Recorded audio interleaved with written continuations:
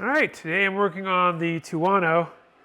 I'm going to put on some stuff I got from T-Rex.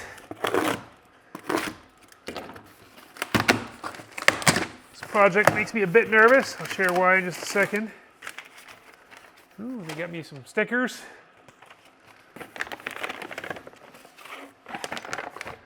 I am putting on engine guards.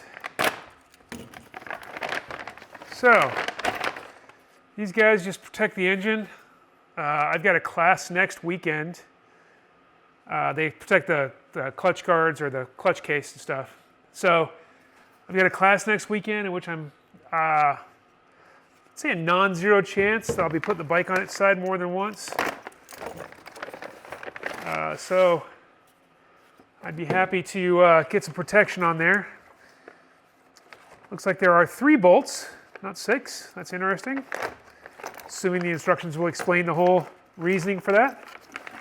So we've got 3 bolts with washers and some instructions. When we get over to the bike, I'll show you why this particular project makes me a little nervous. Which is why I've delayed. These have been in my garage for a while.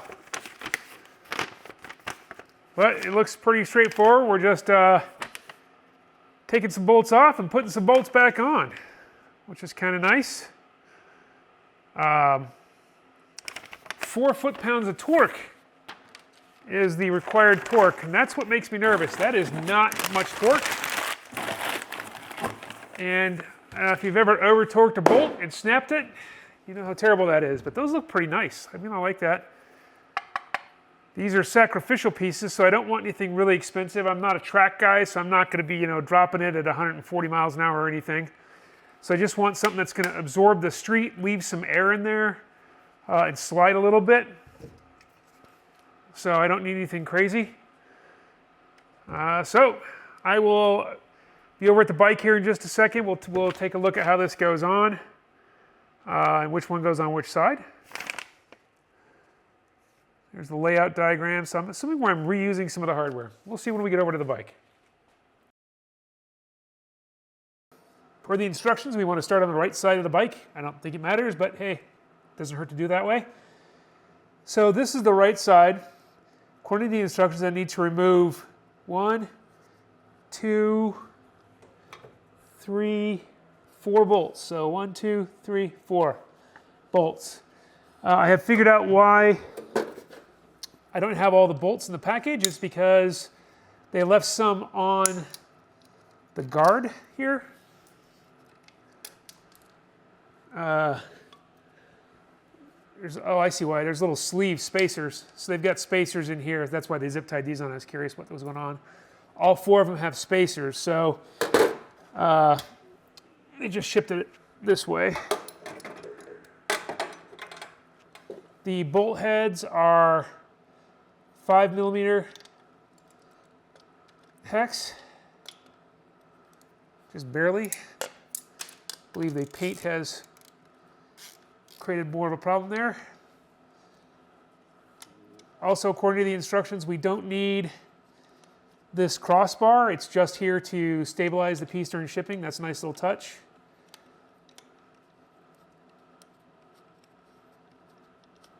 So we just got to remove these guys. We will be keeping the bolts, or using the bolts that come out of here. I did count, and so we have 4 on one side, 3 on the other. So I need all these bolts. There are no extras really.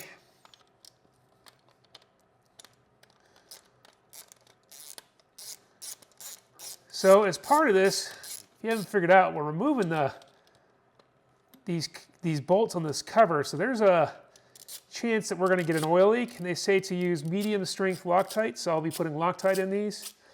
And then they say to ride it for 20 miles to make sure that everything is seated correctly. So I'll have to take this out for a ride today, which is fine with me because I like to ride. Works out well. So we have these spacers that go on here. We have the 4 bolts with washers that go on here. Oops, like so.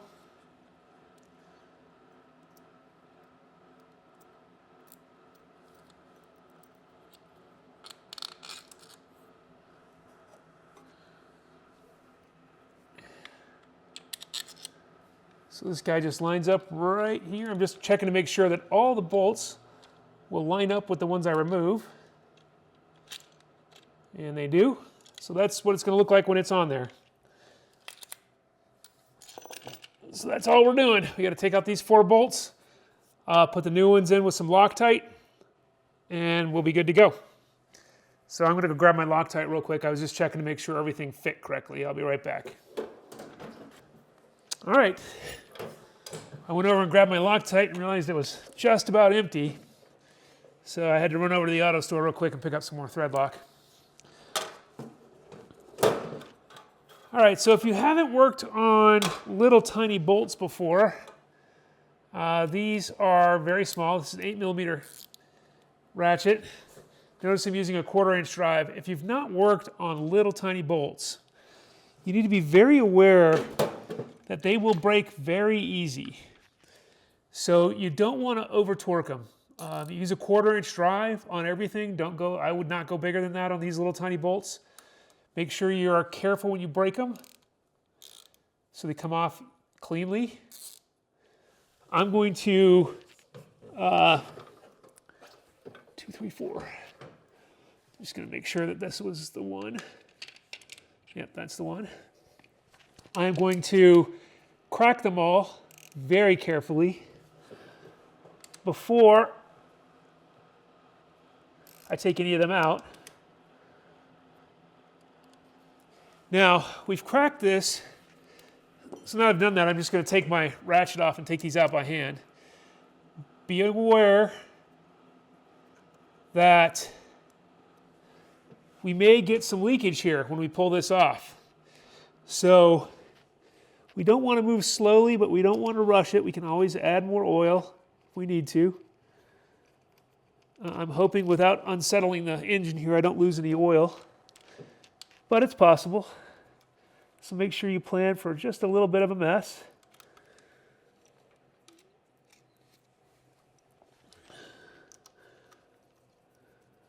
And then I've taken those 4 out. This shouldn't take long, honestly. The riskiest part is just torquing them back up. Removing them isn't too bad, but when you torque them back down, that's when people go sideways. They over torque. 4 foot-pounds is not much torque. I'm going to grab my 5mm hex and use it like a screwdriver. So you'll note that I have not put any thread lock on these yet, because before I do that, I just want to make sure that everything is going to line up.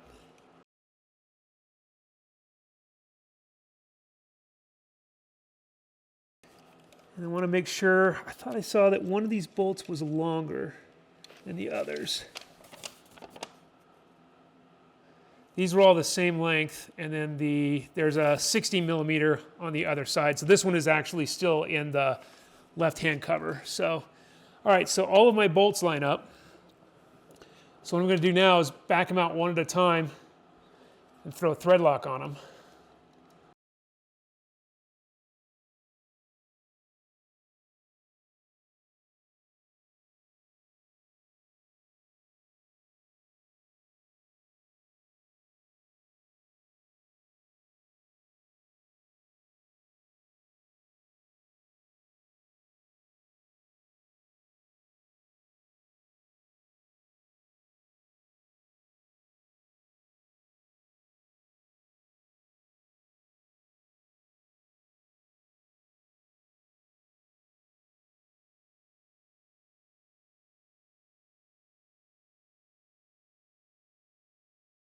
Now, the biggest problem with 4 foot-pounds of torque, you don't want a torque wrench where 4 foot-pounds is the bottom end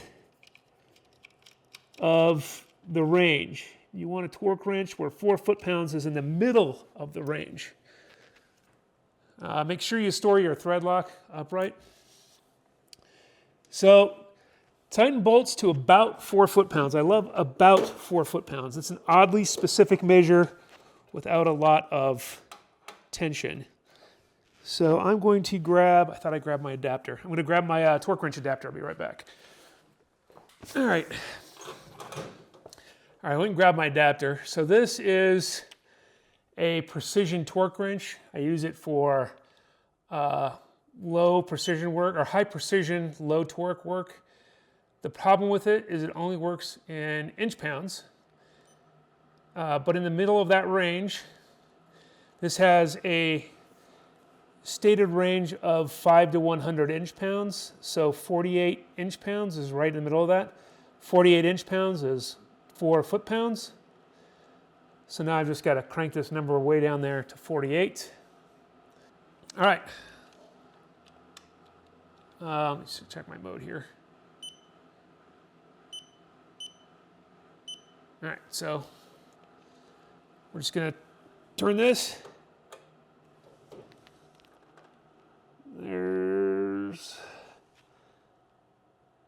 20.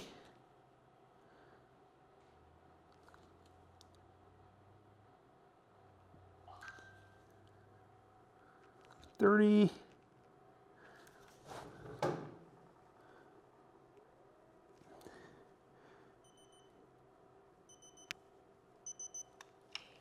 It's telling me I hit 48. Hard to see at this angle. Yep, 48. So that one is tight.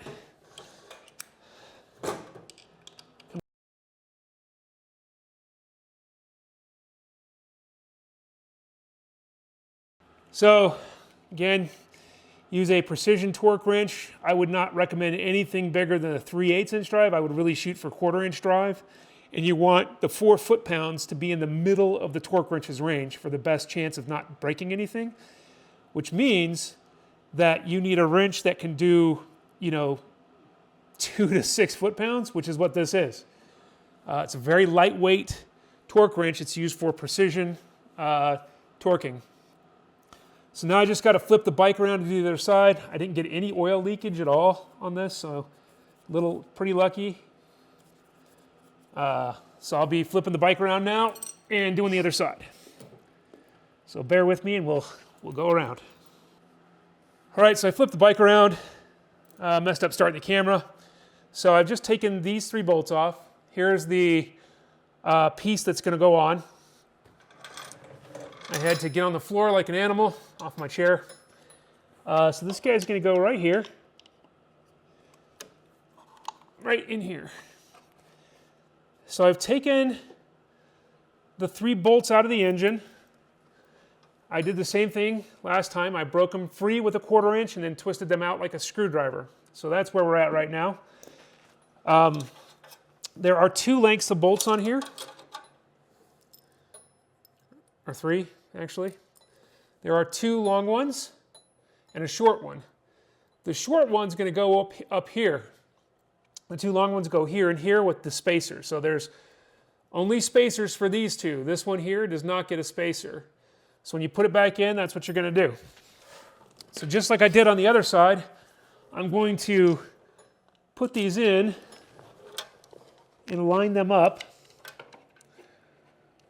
and make sure everything lines up before I put thread lock on.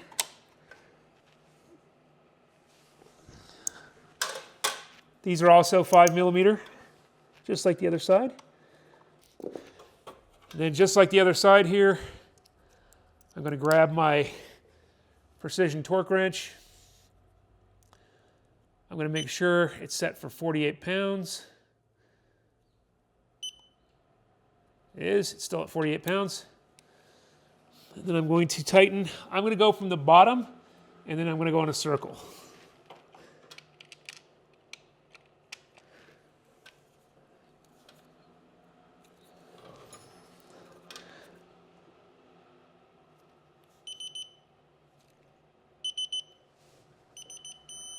There we go.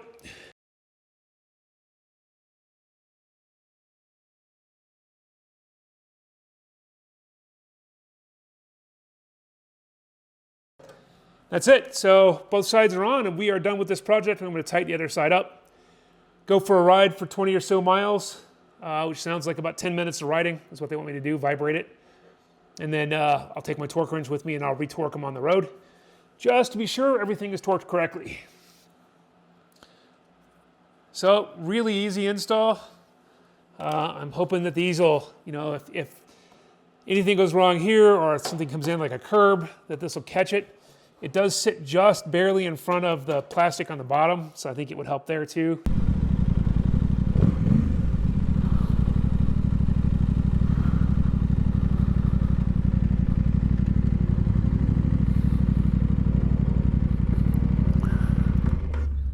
Okay, here we are. We've gone 20 miles. I'm going to go ahead and retorque these. We are still at 48 inch-pounds. That one's fine.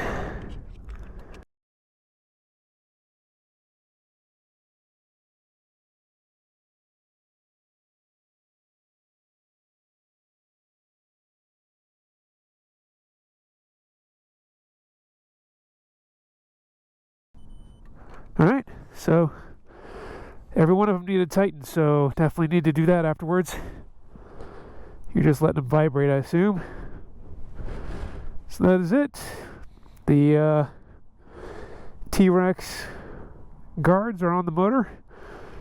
So now they are protected. The case guards are protected. Both sides. Definitely like those. They look good too. And they'll let it breathe so they won't overheat. I don't like the full covers. I worry about them overheating. So that's it. We are done. That was incredibly easy. You just need to make sure you've got a nice high precision torque wrench to really get in there and get it done. That is it.